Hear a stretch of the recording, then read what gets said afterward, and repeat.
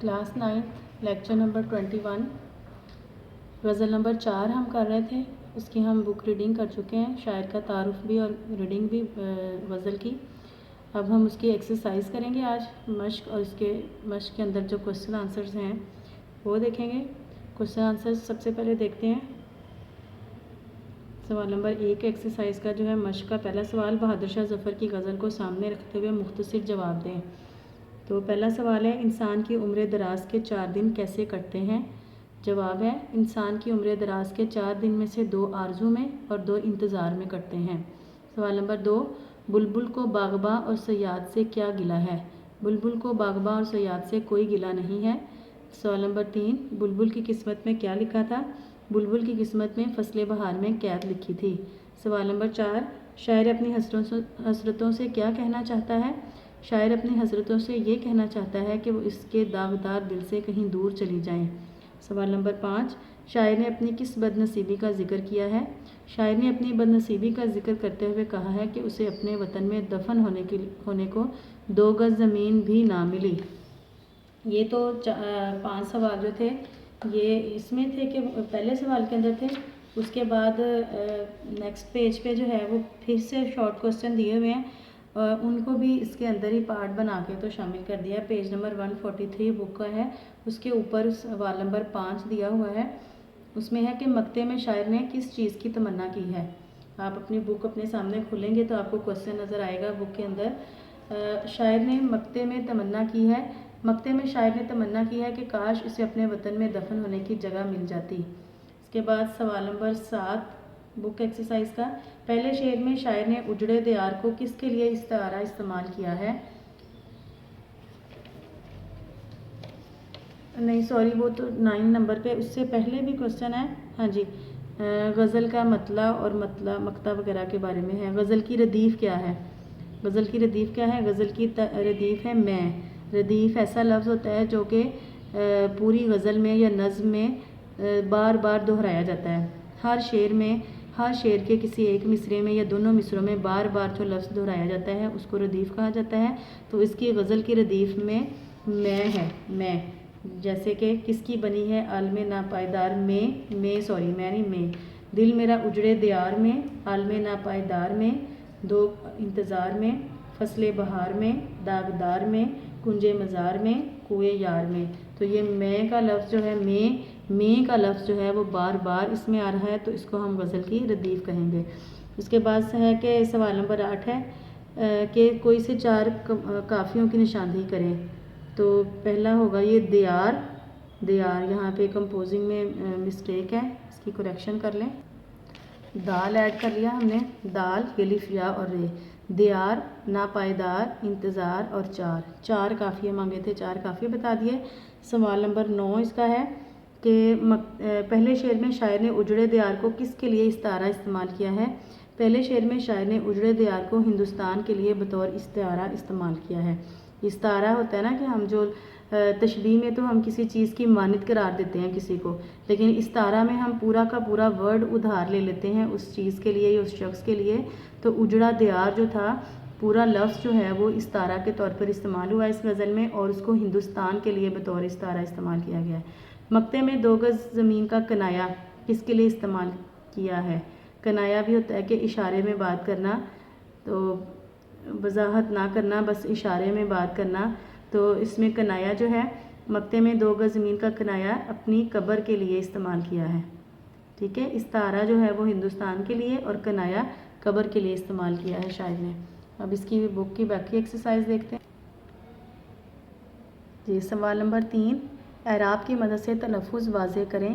यहाँ पे कुछ अल्फाज दिए हुए हैं, उनके ऊपर एराब लगे हुए हैं। आलम नापायदार, आलम होता है लफ्ज़ आलम, आइन पे ज़बर, लाम पे ज़बर। तो चूँकि यहाँ पे आलम में है तो मीम के नीचे ज़ेर लगा देंगे।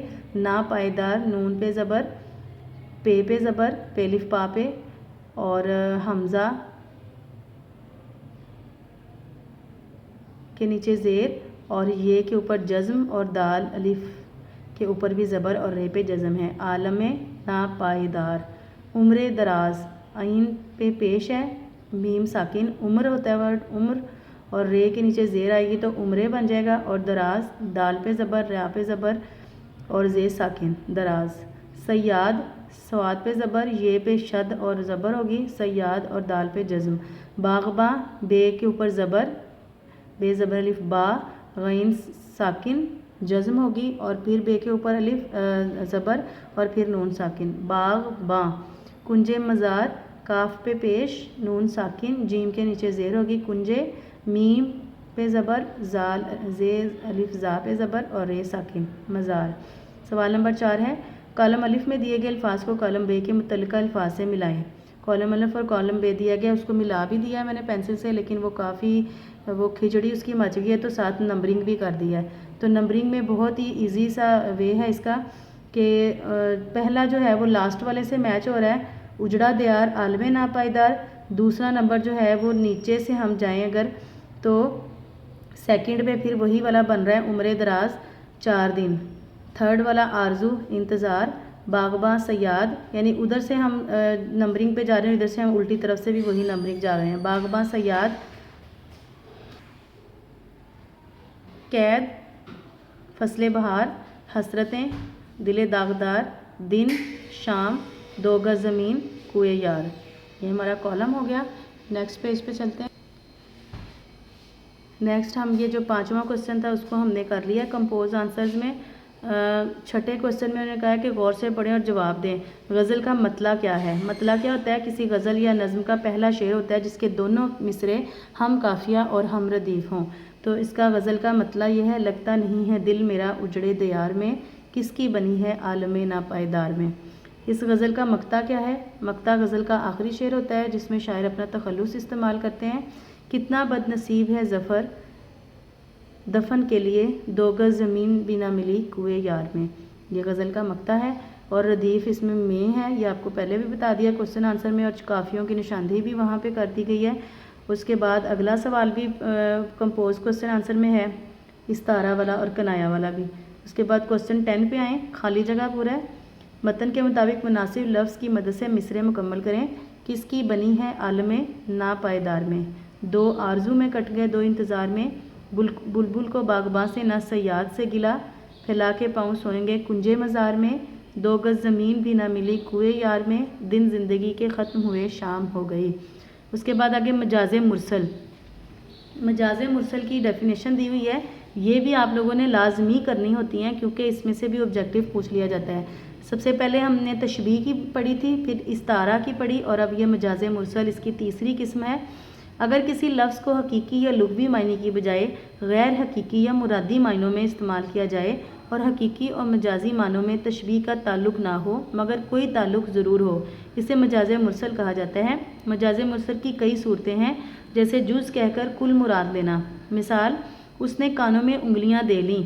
यहाँ उंगलियां मजाज मुरसल हैं क्योंकि कानों में पूरे या उंगली का कुछ हिस्सा दिया जाता है, पूरी उंगली नहीं दी जाती। यानी तशबीह का ताल्लुक़ नहीं होता इसमें, लेकिन कोई ना कोई ताल्लुक़ ज़रूर होता है। जैसे हम कहते हैं कि उसने तो कानों में उंगलियां दे लीं। अब उंगलियां तो दी जाती हैं कानों में, लेकिन उससे हम मफ़हूम क्या लेते हैं? अपने कान बंद कर लेना। ज़रूरी नहीं है कि उंगलियां सारी की सारी अंदर डाल लेते हैं। यानी मायने जो होते हैं उसके वो मजाजी होते हैं, हकीकी मायने उसमें नहीं होते हैं। तशबीह का ताल्लुक़ नहीं होता है, बस थोड़ा बहुत ताल्लुक़ ज़रूर होता है। जैसे उंगलियों का लफ्ज़ इस्तेमाल हुआ तो थोड़ा सा उंगलियों का ताल्लुक़ है, तो कभी कभी हम उंगली दे के भी कान बंद कर लेते हैं, लेकिन वैसे इसका जो हकीकी मायने वो ये है कि अपने बिल्कुल भी किसी की बात ना सुनना, बिल्कुल किसी की बात को इग्नोर कर देना। तो यहाँ पर यह है। दूसरा इसका जो मिसाल दी है, कुल कह के जुज़ मुराद लेना। इसमें जुज़ कहा कि उंगलियां दे ली, तो कुल मुराद लिया, ठीक है, क्योंकि कानों में पूरे या उंगली का कुछ हिस्सा दिया जाता है, पूरी उंगली नहीं दी जाती। कुल कह के जुज़ मुराद लेना। मिसाल, मैं पाकिस्तान में रहता हूँ। अब यहाँ पाकिस्तान मजाज मुरसिल है क्योंकि मेरा घर पाकिस्तान के किसी एक शहर के किसी एक मोहल्ले में है, पूरे पाकिस्तान में नहीं है। ज़र्फ़ कहकर मज़रूफ़ मुराद लेना। मिसाल, उसने बोतल पी। उसने बोतल पी, बोतल नहीं पी जाती बल्कि इसमें मौजूद मशरूब पिया जाता है। मज़रूफ़ कह के ज़र्फ़ मुराद लेना। मिसाल, चाय चूल्हे पर धरी है। चाय चूल्हे पर नहीं धरी जाती बल्कि पतीली या देगची धरी जाती है जिसमें चाय बनती है। मतलब हम चाय जो पीते हैं, हम ये तो नहीं कहते कि चाय रख दी है, चाय तो नहीं रखी, हम पतीली रखते हैं जिसमें हम चाय पकाते हैं, तो हम कहते यही हैं कि चाय रखी हुई है। तो इस तरह से ये इसका मजाजी मायने हो जाएगा। सबब कहकर मुसब्बब यानी नतीजा मुराद लेना। मिसाल, आज बादल खूब बरसा। बादल तो नहीं बरसता बल्कि बारिश बरसती है। बादल सबब है और बारिश मुसब्बब है। मुसब्बब यानी नतीजा कहकर सबब मुराद लेना। मिसाल, अफसोस उसके हाथ से सब कुछ निकल गया। हाथ इसमें मुसब्बिब है और इक़्तिदार या हुक्मरानी सबब है। हाथ से निकल गया यानी अब हुकूमत या इक़्तिदार नहीं रहा। ये नहीं है कि उसके वाकई हाथ में कोई चीज़ थी तो उसके हाथ से निकल गई है, बल्कि इसका मजाजी मायनों में ये कुछ और मुराद है। तो आपने इसको अच्छी तरह से एक्सरसाइज, सिर्फ आपके लेक्चर में आज एक्सरसाइज और क्वेश्चन आंसर ही थे।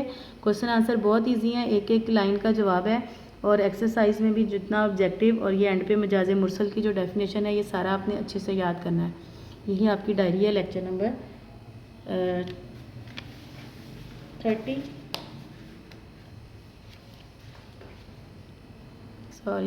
सॉरी लेक्चर नंबर 21 की आपकी ये डायरी है। तो इसको आपने अच्छे से याद करना है।